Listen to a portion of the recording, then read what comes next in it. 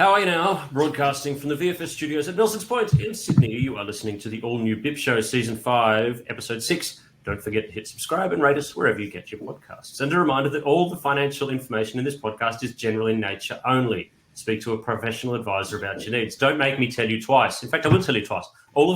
Everything discussed in this episode and in all podcasts that I do are general advice in nature. That's it. Now, speaking of which, my name is James Whelan. I'm an investment manager at VFS Group. I believe Paul Colgan is still stuck in Davos. I hope he's back soon. This episode is being recorded in Sydney, Australia.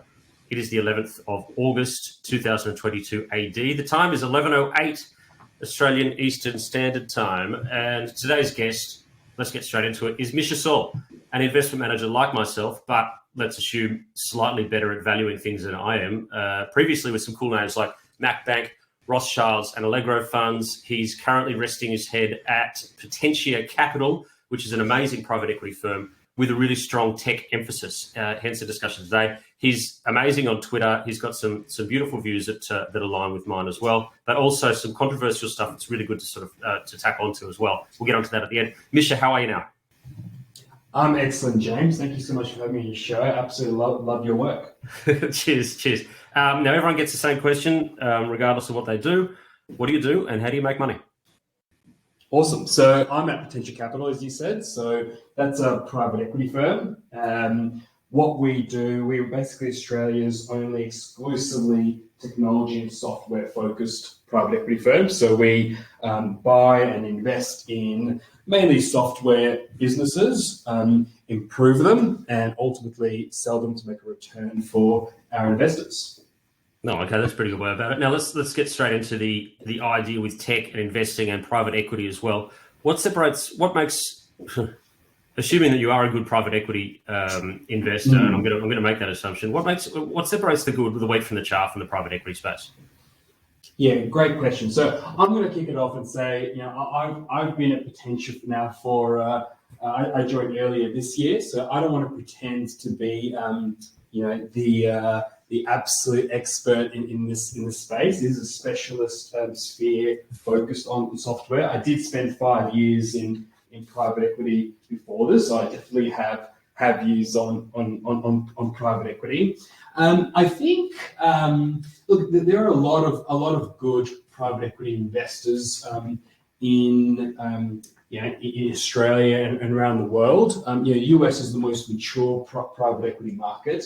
I think I'm going to answer your question initially obliquely. I think one trend that's been happening in private equity is increased specialization over time, and again, you can see that mainly in larger markets like the US and Europe, whereas Australia historically has had a very generalist private equity field, meaning basically private equity funds invest in everything from chicken shops to drilling businesses to manufacturers. In the US, that exists as well, but certainly there's been a huge growth in funds exclusively focused on healthcare companies or software firms or other forms of specialization.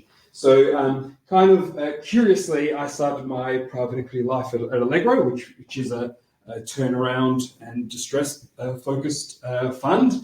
So that's also a specialist fund, and now I'm at a different kind of specialist fund. And I think what defines a really good private equity investor probably varies depending on your focus. To be honest, I suspect what really makes a good private equity investor is the same thing that makes any investor a good investor. So often it's things like seeing something that others don't.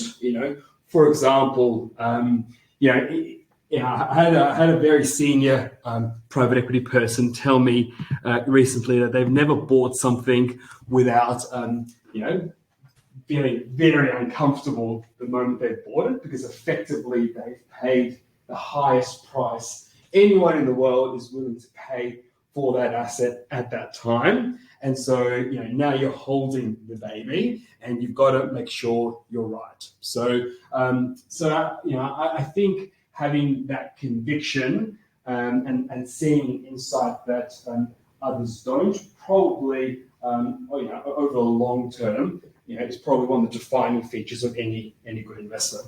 Yeah, okay. And I tell you what, the best investments, they do say it, the best investments that I've made are the ones that make you feel very uncomfortable at the beginning. They're often the ones. It's the ones where you have 1,000 people all telling you that you're absolutely wrong.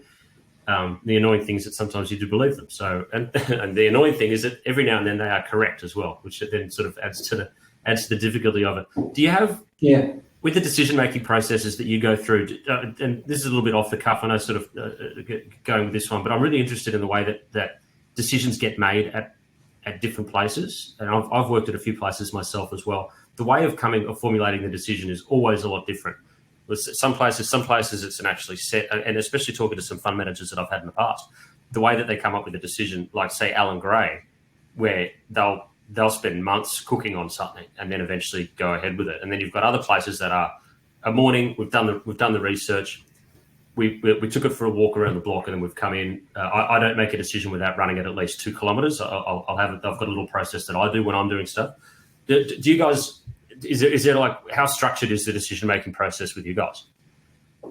Yeah, I think it's a really interesting question. I think about this a lot because, I think if you look at a private equity firm, any private equity firm really, maybe excluding the real mega funds that are kind of global behemoths. Yeah, KKRs and things like that, yeah. Yeah, that's right. But even on a local level, they tend to be just small groups of people. I think people really underestimate, how small. It's really just a small group of people at these firms, managing pretty meaningful amounts of money. And so it really is person specific and person dependent. And so, every private equity firm will tell you they have a rigorous process, which they generally do, frankly, and that their process is special, and they've got their sourcing and their analysis and exit process down pat, and it's all very process driven. And so that's what private equity firms will tell you, and in large part it's true. But I think the more interesting frame and lens you can kind of place on it is, really.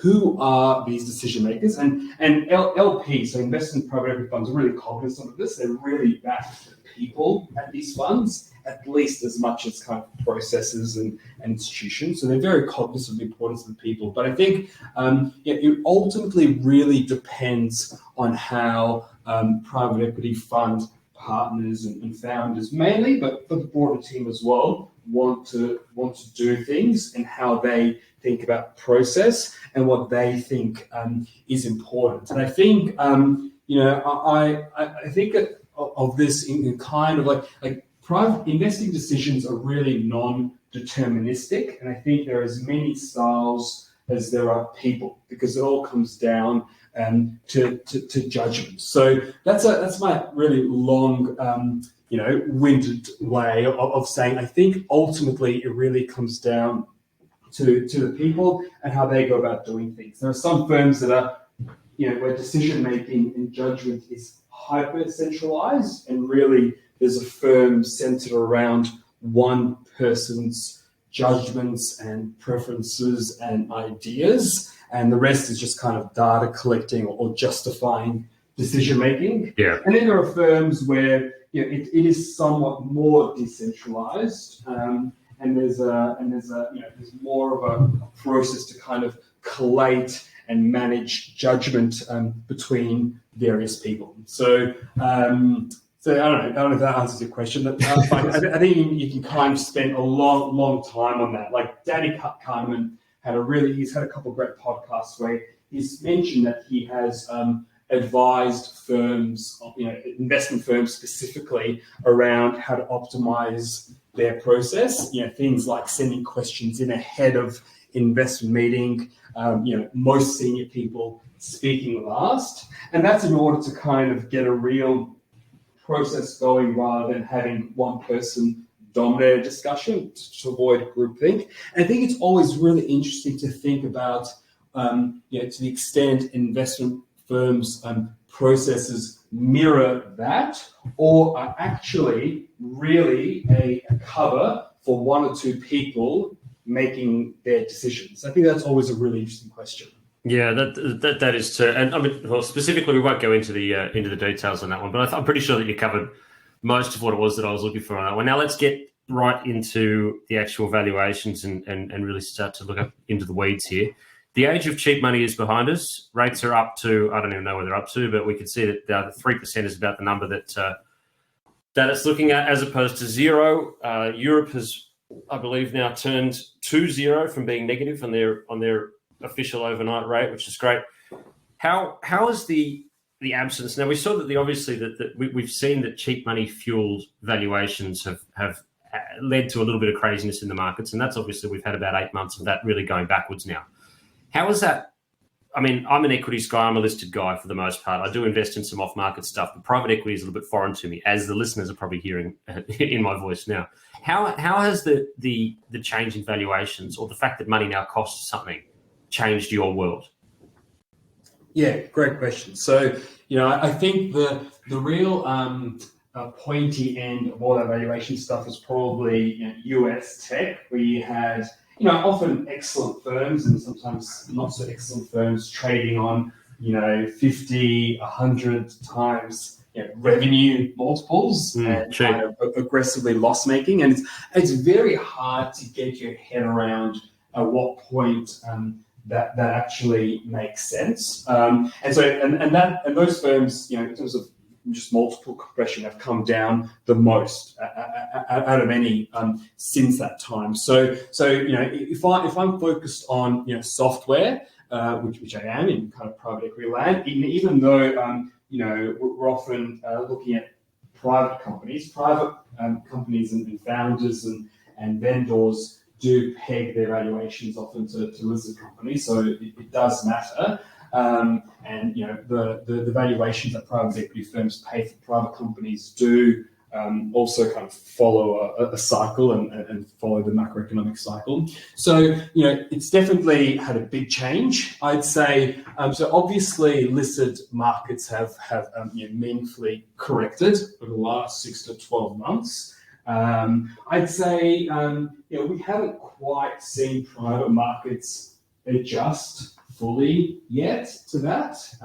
So there's still a disconnect where public markets are trading versus where private vendor expectations are. And so I think ultimately that kind of corrects. I think you're seeing the pain most right now in kind of not so much private equity land, but more in VC land, where things are almost tend to be more loss making and kind of more subscale. Yeah. And so you really don't want to be touching capital markets today if you can avoid it, unless you're doing exceptionally, because you will be raising.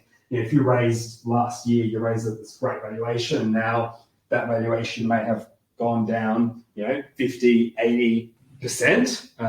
And so if your investors 6-12 months ago, they may have invested via a liquidity preference instrument or some other preferred instrument, and so if they kind of took 20-30% of the equity, they may have 100% of the equity value today. And so if you're a founder or if you're an employee of those companies, you don't really want to touch capital markets, because then you'll crystallize that value loss. And so your incentives are really to reduce cash burn and wait this period out, basically. Yeah. So that's why you're seeing all these cost cutting and redundancies across the market, because they're trying to extend their runway so they can raise money in more favorable capital market conditions. Let's just make sure that we specify that one. And because I was literally just reading Forbes magazine just put something out about it. I think it was yesterday, talking about the predictions for because a private equity firm, it's not listed, and this is sort of just, we're going to dumb it right down. So I do apologise to anyone who's Sure. already familiar with this, but and yourself too, Misha. But I've been asked to make things a little bit more simple for people sometimes, just to make sure we've got a broad church of listeners, which is great. Learning is 100% what we're all about here. So with a regular equities market, it's the market is the market. The price of things. People's portfolios can be marked to the exact day, the last time that something traded, or the last time there was a bid spread and just take the midpoint if you want to be that guy. With the private equity market, because it's not market, you can basically just market to whatever valuation, whatever last point whatever last time it was raised, or whatever last time it was bought. You can have a valuation based on that, and you don't get to redo that valuation until you have to, which is sort of what you were saying just then, right? So, and that would be another raise or another purchase of a part of that company or something that goes into it. Until there's another event, you don't get to draw another line in the sand for where valuations are. And valuations are already really high, or they were last month, based on last year. And the Forbes magazine sort of went into that we're now coming into the period where that sort of stuff is actually going to happen. So do you think that you did say that you have cost cutting to be able to avoid having to do raises and therefore having a fresh valuation at a lower mark. How long can that really go for, though, before you eventually have to go back to the market? Yeah, that makes sense. So I think everything seems right, and feel free just to cut in and go for it. I'm happy to kind of define things or whatever if that's helpful. I guess there are probably a few things I'd say. So just to be really explicit, I'm kind of talking as an outsider observing into probably more VC land and kind of growth stage VC land rather than private equity land. So private equity companies, to your point, they're not they're not out there needing third party capital, unless they've got a private equity sponsor who can presumably continue to support them and the like. It's really more in VC land, not talking about private equity portfolio companies, but in VC land, if you're effectively a startup and you've raised at even if you're an advanced startup and you raised last year $1 billion,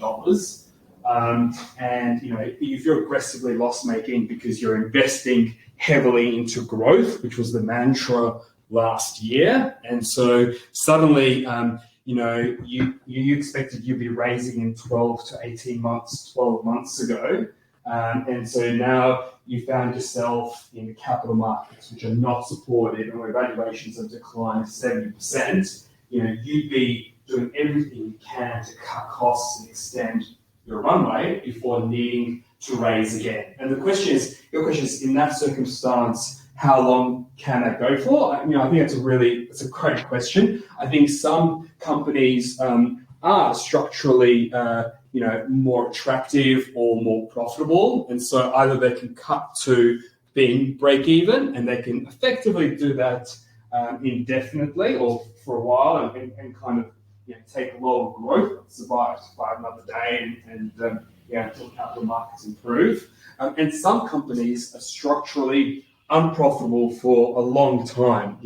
At the extreme end, they may be negative gross margin, and so effectively negative unit economics kind of today, hoping then they've got a path for a few years to get to positive gross contribution and positive gross margin. That's a really tough spot to be in. You're in this market because you're structurally losing money and you're really dependent on third-party investors kind of backing you with truckloads of cash, which is possible. It's just very tough in this market. Yeah, and I don't see it as getting any easier, although I do think that potentially that people are starting to absorb the reality that they're placed on, that there is actually a cost of, there is actually sort of a hurdle that you've got that's a little bit higher based on the cost of money that they have. And whilst people were hesitant to invest, and trust me, doing some raises that we were doing, people were just like, no, we're shutting up shop until we know exactly what's going to be ahead. And now it's the wallets are starting to open up a little bit. Now the people are sort of starting to realize, okay, money now, the rates are up. This is maybe about as high as they're going to go. They could go a little bit more, but we're through. We sort of know what we're looking at now, and people have a better idea of where they're going to go for the rest of 2022 and 2023. Have you sort of found that as well? Why don't I make two observations? One related to more VC land, and again I kind of keep going back to VC land. I'm obviously not a venture capitalist, but I speak to VCs a lot. I've been investing in startups for over a decade, and then I'll touch on what I've been seeing in credit markets, which are more relevant to private equity investing. And these 2 points I found quite counterintuitive in the current moment. Go on. I guess, we were talking about multiple compression and valuation issues, but I wouldn't really expect seed investing to decline at the moment. I guess institutionally, VCs might just be a lot more gun shy because they're probably investing into the peak last year and kind of, got their fingers a little bit burnt. And so maybe institutionally they'd be more shy. But what I've been hearing is that there's just a lot fewer leads and opportunities, which means a lot fewer founders having a go. And I find that really interesting because it's not obvious why kind of a decline in valuations on the share market or rising interest rates should stop people just over like a 6-month period starting businesses and seeing opportunities. And I don't actually know what the answer to that is. Maybe people feel less secure leaving their jobs because the broader environment is less exuberant. Or actually, I don't actually know what the reason is, but I find it really interesting that there are fewer leads. From first principles as a VC, especially a seed investor, I also don't really understand why you would be investing less today than you were 12 months ago. Like nothing's really changed. Like the time horizons on which you're investing are like, 5-10 years plus. And so, the conditions today versus conditions 6 months ago shouldn't really change. And yet there is a massive change in the markets. Now, the second thing which I found really counterintuitive, when you're speaking to lenders today, across the stack from kind of bank lenders to credit funds, so higher risk, and larger funds, they're feeling way more gun shy today than they were 6 to 12 months ago. And again, that's really counterintuitive because valuations have massively compressed and, a lot of the pain has already been eaten. And so you're way better off in, lending or investing in debt today than you were 6 to 12 months ago, at significantly higher valuations, especially when you're partnering with, say, a private equity partner into a deal and you've got, 60, 70% equity cushion ahead of you. I actually think there's a massive opportunity today for credit funds to get, really way more attractive risk-weighted returns than they would have 12 months ago. But what we're seeing is a lot of funds on the debt side are being very cautious. So I thought that might be interesting to you, in response to your question, because those are 2 areas that seem very counterintuitive to me. That is interesting. And I'm going to pick that apart afterwards, and I might write a little piece on it to back up with this one. But that's fascinating stuff that's there. Now let's get to the good stuff. I think we've talked about shop a little bit too much, mate. Can we talk briefly about Cathie Wood? I know that you're in the tech space, and Cathie Wood, allegedly the greatest tech investor of our generation. To other people, she's a bit of a loose unit. What's your take on her with her valuation and the way that they have behaved themselves over the last couple of years?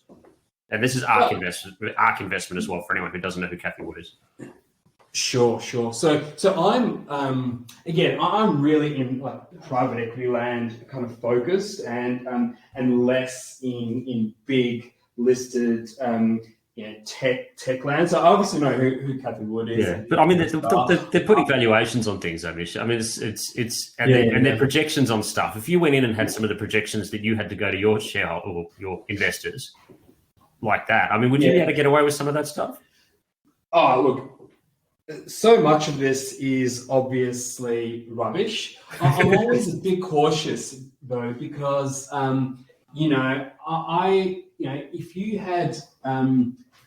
had invested in Tesla's IPO, it would have been equally laughable. And there's still a ton of bullshit around Tesla and Elon Musk today. But actually, there's also enough legitimate, world-changing stuff going on under the hood that, I always feel a little bit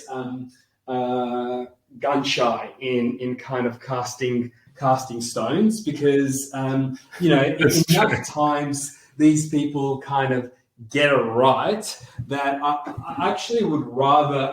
I always think a more interesting question to ask in these questions, in these situations, not how is this person wrong? Because I think it's really easy to kind of pick any style or strategy apart, and sometimes it's self-evidently ludicrous. I think a more interesting question is to kind of wonder how this person could be right. And that doesn't mean I'm going to go and invest in Cathy Wood's fund tomorrow. And a lot of it might be, it is kind of self-serving, stuff, frankly. But I'm not super close to it. But I actually, I don't have, super strong views. I reckon you should talk to like John Hampton or other kind of wild short sellers out there who might have strong reviews on that. Yeah, we got John lined up for the show at some stage. I'm sure he will. Now, what are you reading at the moment? Anyone who follows Misha on Twitter knows that he's got this amazing collection of books that he's done reviews on. He's gone through. One of the most fascinating things that I saw you mention was about what was it? World War II US General Patton had to go and buy materials for tanks, wasn't it, or something like that? But you do this amazing analysis on these books, which is absolutely phenomenal. Anyone who gets a chance to have a read of what he does is fantastic. I'm interested in what you're reading at the moment. I don't think that we do enough of this sort of conversation on the podcast since it's been just me. So I'm trying to bring that back and actually now talk about some things a little bit more outside of just a regular shop talk. So what have you got on your desk at the moment, mate? So I've been going through. So first of all, that's excessively kind. Like that. That's what your reference is from a book called Freedom's Forge, which is a really popular book around U.S. armaments and the kind of miracle of the U.S. war economy during World War II, which is, and frankly, I had it on I bought it some time ago, and as you kind of buy these books and lie around and you don't ever get to them, and I kind of picked it up some time ago, and every single page is just kind of mind-blowing. And so I did this kind of Twitter thread on it, and there's no real analysis to it. I was literally just extracting these mind-blowing facts from this book. Yeah. I think I'll make my meta comment is I do kind of tend to read a lot, but it's really a bit of a cheat because I basically just mainly audiobook. Like I reckon 80% of my reading is audiobook, while you're cycling or you're commuting or you're doing dishes or whatever. So I was wondering how you found all the time. That's incredible. Okay, yeah. I would not have the time otherwise at all, honestly. But I try to cycle into work. So if I'm cycling, each way is 30 to 40 minutes, there and back, you get like an hour and a half of reading a day. And so that's like a total cheat mode where, I'm just kind of fitting in my exercise and my reading into my daily commute. So there's actually no kind of incremental time required on top of that. So that's my really non-sexy secret to it. Then, in terms of what I'm reading, I've gone through a bit of a World War II binge, kind of by accident. I read this excellent biography of Hitler by Ian Kershaw. I read this very provocative and super interesting book by, I think it's Sean McMeekin. I apologize if I've got that wrong, called Stalin's War, which basically posits that Stalin was the real kind of mastermind and beneficiary out of the war. He kind of played his cards really well, and so you can kind of take issue with some parts of the thesis, but overall, like super illuminating. And then I just read Adam Tooze's The Wages of Destruction, which really kind of dives into the German war economy and kind of fuses that with Nazi ideology in terms of how that kind of led to the war and ultimately to the outcome. And so, I've been reading about World War II a fair bit of the last few years, but I kind of gone through this binge. And so, that's why I'm just kind of always randomly sprouting World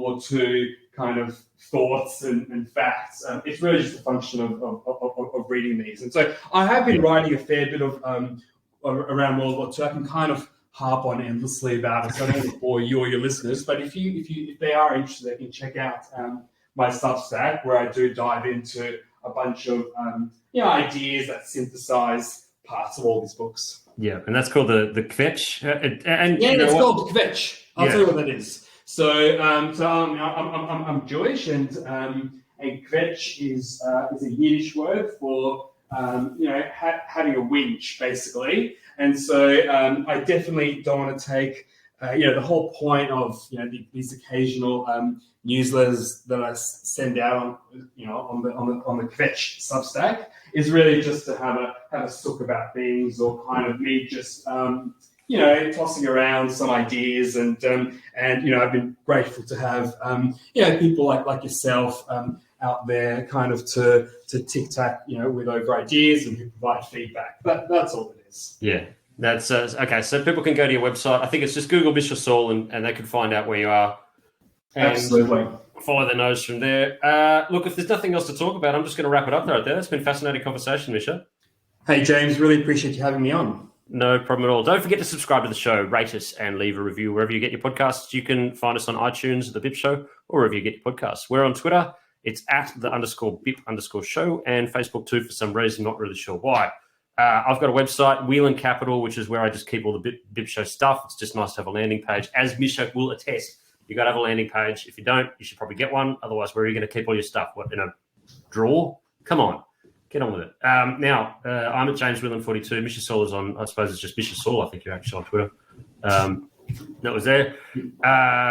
Thanks very much, Misha, for joining us. Everyone, this show is produced by, Johnny Walker. And we'll catch you next time. Thanks for listening.